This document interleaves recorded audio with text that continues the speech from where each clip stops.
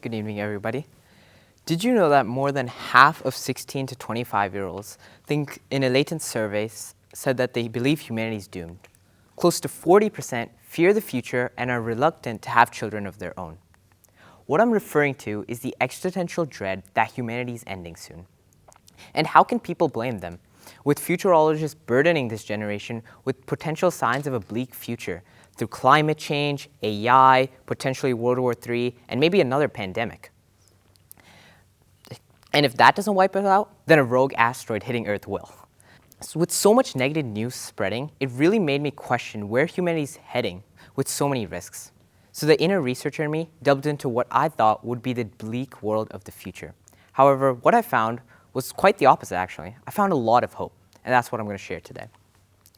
Contrary to what the media has been promoting, the world has been improving at an unprecedented rate. For example, this is the world GDP over the last 2 millennia. This is where the agricultural revolution took place. And even though GDP didn't increase too much, right when the Industrial Revolution took place, it exploded, and it has been improving ever since. Similarly, other aspects of life have improved as well. This is the share of the population that's still living in extreme poverty since 1820, and as you can see, it has drastically decreased. And with financial progress usually comes educational progress, and as you can see, in all major continents, there's been formal education met by majority of the population. In the health department, the average life expectancy has increased drastically too. That was a lot of graphs, but I think you kind of got my point there. The world has been improving at an unprecedented rate, but I feel like this miraculous growth doesn't only apply to the past, but it might also apply to the future. Here's what I mean. Let's take a quick example. Let's say that the current world economic output continues to grow at 2% every single year. Even though recently it's been 3, let's just go with 2 for this example. That means in the next 10,000 years, the current world economy would be 10 million trillion times its current output. That is 7 trillions. This is astronomical to even think about. So let's do an astronomical comparison real quick. This is our galaxy. It's 100 light years across, and that's where Earth is. If we were to travel 10,000 light years and make a circle around that, it would amount to 4 times 10 to the 69 atoms. So in theory, if the current economy continues to grow for just 10,000 more years at the same rate, there would be 4 times 10 million trillion times larger for every singular atom in the universe that we could in principle access right now.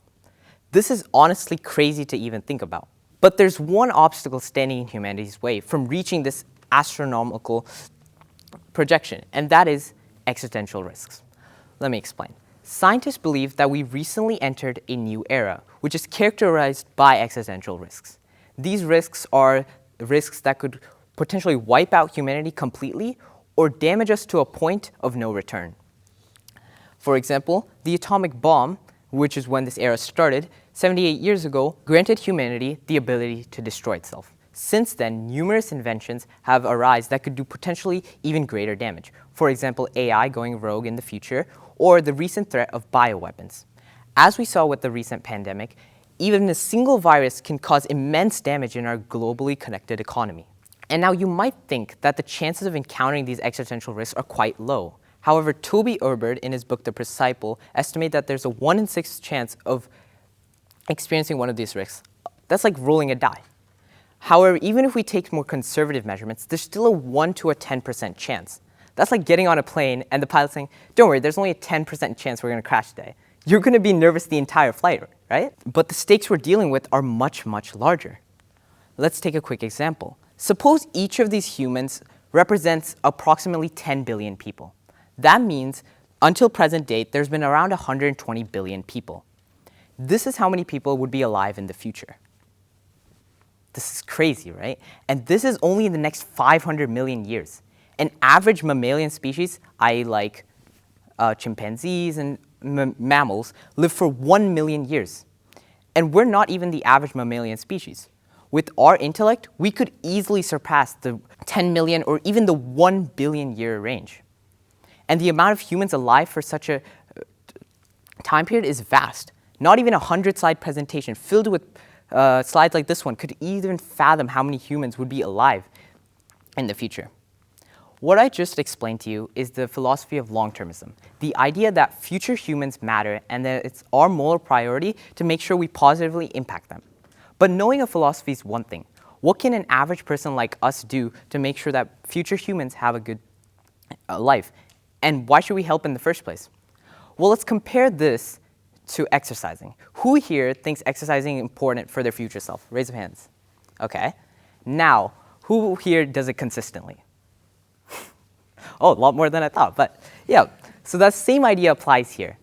Helping out your future self is quite a difficult task, so helping out future humans seems like an impossible task, right? But that's what I'm going to try to help with here. Who here watches TV? Another raise of hands. Everybody, right? Yeah, and does anybody force you to? No, right? It's quite the opposite. You do it because it's fun. So let's apply that to both exercise and long-termism. Here's 3 simple steps you need to follow. You don't have to solve world hunger or change your job. No, just 3 simple steps. First step is learn. Learn is precisely what it sounds like. Learn everything you can about this topic, its pros, its cons, how you can implement it. People who exercise know the consequences of not exercising and the benefits of exercising, which is why they're way more likely to do it. Same applies to long-termism. However, I want to emphasize, learning doesn't have to be some burdensome task. You don't have to spend an hour of your day reading a climate change textbook. Nobody's going to do that anyways. That's why we all didn't like school. Learning can be as simple as, instead of reading an article about the latest Hollywood gossip, just read the one next to it about why this could be the last generation of kids to see polar bears because of climate change. Step 2 is love. Find your intrinsic motivation to support this movement. People who exercise know that it's their intrinsic motivation to better themselves and their body that keeps them exercising every single day. It's not the external motivation that they got from seeing buff people on the internet.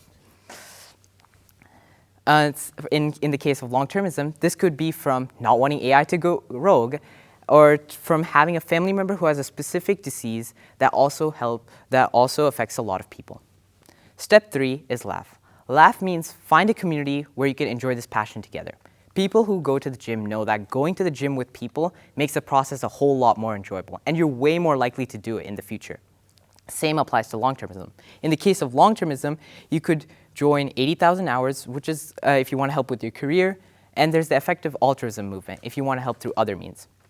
Or I'm sure there's a ton of groups for local problems that you want to solve. One day, hopefully far, far into the future, the last human will be born. That's just the cycle of species. However, we can't directly influence that baby's life, but we can make sure that the next generation of humans live the best life they possibly can. Thank you.